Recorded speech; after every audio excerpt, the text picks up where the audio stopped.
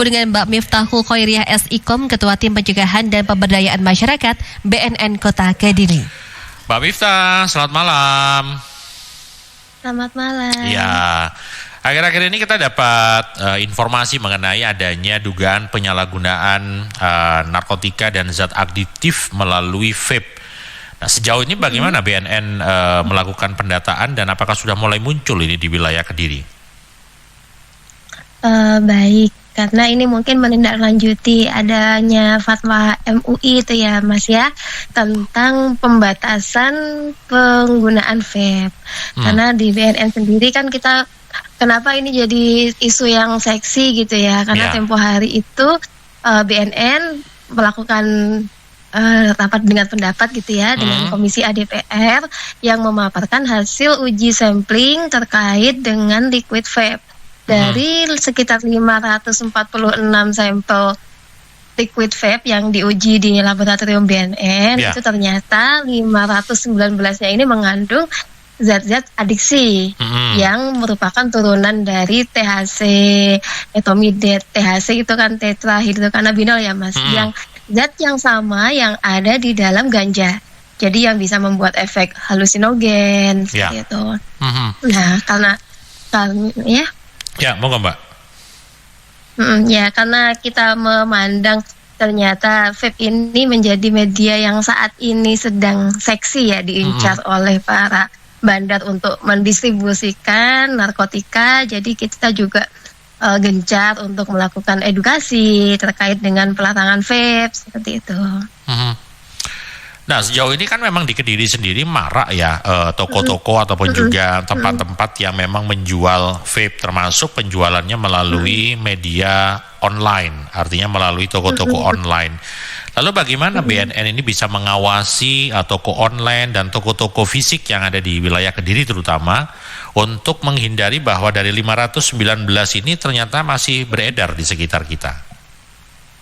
Nah, itu yang masih menjadi PR besar gitu ya, karena secara regulasi kan kita juga belum punya regulasinya yang membahas tentang pembahasan peredaran vape. Jadi regulasi ini kan masih dalam pembahasan untuk di wilayah Jawa Timur yang sedang kita bahas, yang sedang kita upayakan. Sementara saat ini adalah pembatasan. Karena kan kita nggak bisa membedakan ini Mas, liquid mana atau vape mana yang ada kandungan narkotikanya dengan vape yang biasa. Karena secara kasat mata itu tidak terlihat, nggak bisa nih orang awam melihat, oh ini yang biasa nih nggak ada narkobanya, oh ini yang ada narkotikanya, itu nggak bisa. Jadi memang bisanya itu ketika sudah merasakan dampaknya, sensasinya beda daripada yang biasa. Karena itu kita kan lebih membahas tentang pengawasan, pembatasan yang sedang diatur saat ini adalah kami dengan pemerintah provinsi sedang membahas untuk pembatasan peredaran vape ya, termasuk jual beli berarti ya, di tempat-tempat tertentu, misal di sekitar lingkungan pendidikan. Karena kita lihat sejauh ini kan di kota Kediri sendiri juga masih ada beberapa toko vapers yang secara jarak itu dekat dengan lingkungan pendidikan, lingkungan pesantren, pusat kesehatan, seperti itu. Ya, nah Mbak Vita, yang menarik tuh begini ya, dari 519 sampling yang ternyata mengandung THC ini sebenarnya pabrikan atau dia sifatnya refilling, Mbak? Iya, karena kan itu home industry ya Mas ya, jadi pabrikan. Kan setiap zat-zat itu juga beda-beda. Tidak semua dari 509 itu kandungannya THC semua.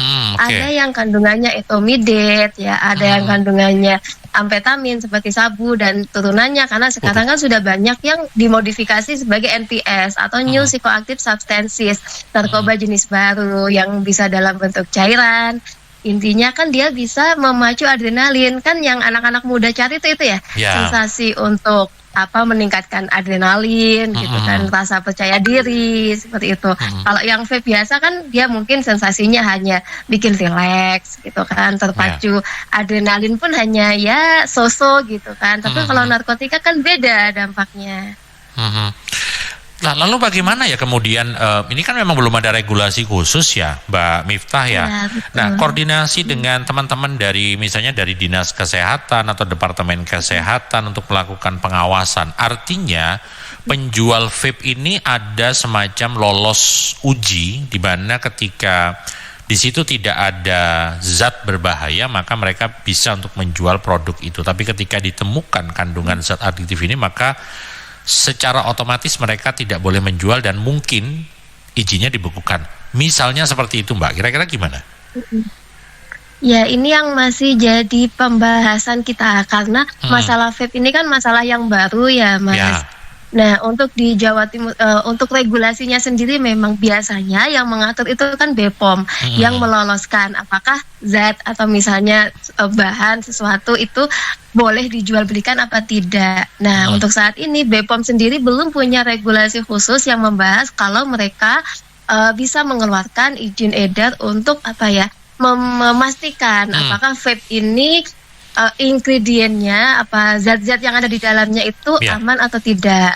Jadi regulasinya hanya ke masih pembahasan peredaran. Nah, kalau liquid-liquid yang mereka udah ada cukai ya, sudah ada cukainya itu sebenarnya secara kita nggak bisa menjamin nih, belum bisa menjamin karena BPOM sendiri belum bisa apakah ada kandungannya apa tidak. Dia ada cukainya itu berarti dia resmi karena dia sudah membayar pajak. Tapi apakah kandungan di dalamnya ini betul-betul aman? Ini yang belum bisa kita kita yakini gitu, Mas. Karena belum, nah regulasinya di BPOM itu masih dalam proses pembahasan supaya BPOM punya kewenangan untuk memberikan untuk mengeluarkan ya ini izin edarnya bagaimana, kandungannya di dalamnya apa saja gitu. Oke. Teman-teman, saya masih berbincang dengan Mbak Miftahul Khoiriyah S.Ikom, Ketua Tim Pencegahan dan Pemberdayaan Masyarakat BNN Kota Kediri. Nah, ini yang paling penting. Bagaimana kemudian BNN mengambil peran dalam memberikan edukasi kepada masyarakat mengenai potensi adanya penyalahgunaan narkotika melalui liquid vape ini. Supaya ya kita tahu bahwa sekarang nggak hanya orang dewasa saja, bahkan mungkin remaja ini sudah mulai menyukai penggunaan vape. Dan ini kan dijual bebas soalnya di pasaran. Ini kira-kira bagaimana, Mbak Miftah? Ya, sejauh ini langkah-langkah kita masih sebatas langkah pencegahan ya, Mas. Kita belum bisa melakukan penindakan apa-apa karena regulasinya juga belum ada. Jadi sembari menunggu regulasinya berjalan, kita melakukan upaya pencegahan secara intensif. Terutama yang kita garis bawahi itu adalah di lingkungan pendidikan, pesantren, lingkungan kesehatan. Karena meskipun regulasi tentang vape sendiri belum ada, tapi kan sebenarnya sudah ada PP yang mengatur tentang undang-undang kesehatan itu ya, Mas, ya, pelaksanaan undang-undang kesehatan yang mengatur bahwa di lingkungan pendidikan pun itu tidak boleh penyalahgunaan baik rokok kan berarti rokok konvensional maupun rokok elektrik, dan regulasinya kan diatur di bawah 21 tahun. Nah, ini yang kita tekankan sekarang, kita fokusnya di intensif edukasi ke sekolah-sekolah.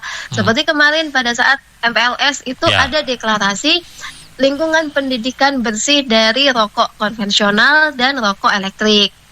Termasuk dan narkotika ya, di luar narkotika. Karena sebenarnya rokok elektrik kan bukan narkotika. Tapi vape ini sekarang menjadi media yang seksi untuk mengedarkan narkotika jenis baru.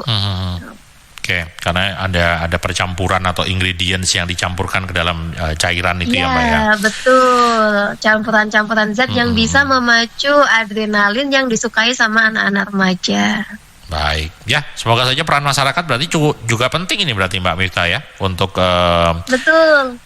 Seharusnya yang paling utama itu ya pengawasan dari orang tua ya, Mas. Betul. Karena anak-anak bagaimanapun juga kan nggak boleh nih merokok baik konvensional maupun elektrik. Jadi harapan kami selain kita juga intensif edukasi ke sekolah-sekolah, mereka di sekolah itu dilarang untuk menggunakan vape dan rokok, tapi di rumah ya ini juga harus didukung sama orang tua karena kadang-kadang kan banyak orang tua yang abai. Di sekolah dia tidak merokok, tapi di rumah di lingkungan dia kembali ketemu sama teman-temannya yang mungkin lebih dewasa dan diajak untuk merokok, untuk nge-vape. Baik, Pak Miftah, terima kasih untuk waktunya malam hari ini. Ya, kita dukung terus Sama-sama, untuk sama-sama Mas Eko. memberantas peredaran narkoba di sekitar kita ya, karena ini Siap. demi generasi Siap, kita yang siap, akan siap. datang. Matur nuwun waktunya. Selamat Ya, malam. Sama-sama, selamat malam. Mbak Miftahul Khairiyah SIKOM, Ketua Tim Pencegahan dan Pemberdayaan Masyarakat BNN Kota Kediri. Radio Andika, informasi dan solusi.